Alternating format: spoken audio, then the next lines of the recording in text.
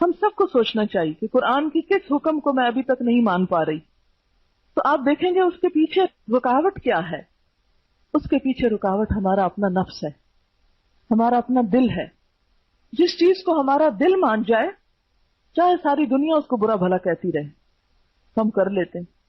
ایک لڑکی اگر اپنا گھر چھوڑ کر بھاگتی ہے تو گھر والوں کی پروٹیکشن، عزت، جو اس کو سہولتیں وہاں ملی ہوئی ہیں، وہ ساری چیزیں چھوڑ کر صرف ایک بات سے ناراض ہو کر کے اس کی بات کوئی نہیں مانی گئی، وہ گھر چھوڑ کے چلی جاتی ہے.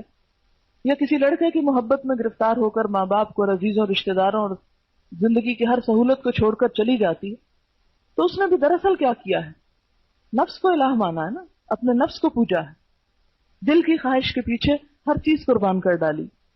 تو اسی طرح کوئی بھی ایسا کام کہ جو کتاب اللہ سے ٹکراتا ہو، تو اس میں بھی ہم دیکھیں گے کہ ہم عمل اسی وقت چھوڑتے ہیں جہاں ہماری مرضی کے خلاف ہو رہی ہو کو بات. معاشرے کے خلاف ہم اس پہ بھی سٹینڈ لے لیتے ہیں، اپنے والدین کے خلاف اس کو بھی چھوڑ دیتے ہیں.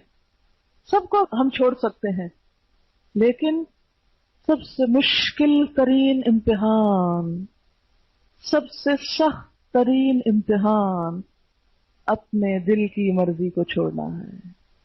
سب سے سخت بات.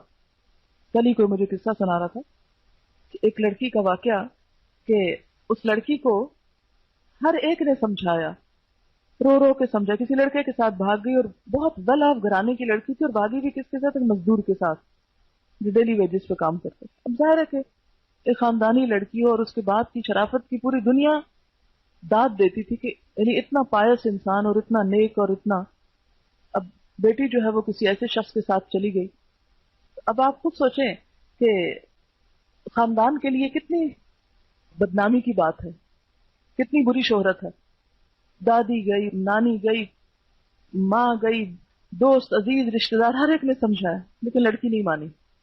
اب آپ خود سوچیں کہ کیا چیز ہے جس نے ساری دنیا ایک طرف کروا دی، اور ایک گھٹیا سی چیز. گھٹیا اس لحاظ سے تو نہیں، نعوذ باللہ، ہر انسان باعزت اور ہر، لیکن اسلام میں جو کف ہے نا کہ آپ جس فیملی بیک گراؤنڈ سے خود ہیں، ایٹ لیسٹ اتنا تو آپ کا جہاں آپ شادی کر رہے ہیں اس کا لیول ہونا چاہیے، کیونکہ بعد میں پھر بڑی مشکلات پیدا ہوتی ہیں. اگر وہ لیول ایک نہ ہو، ذرا نیچے کا لیول ہو، تو عموماً لڑکی اس کو اڈاپٹ نہیں کر پاتی. لیکن کسی کی نہیں سنی، جیل میں رہی، ماریں کھائیں، ہاسپٹل پہنچی، ہر کام ہوا، لیکن جو دل کی بات ہے اس کو نہیں چھوڑا.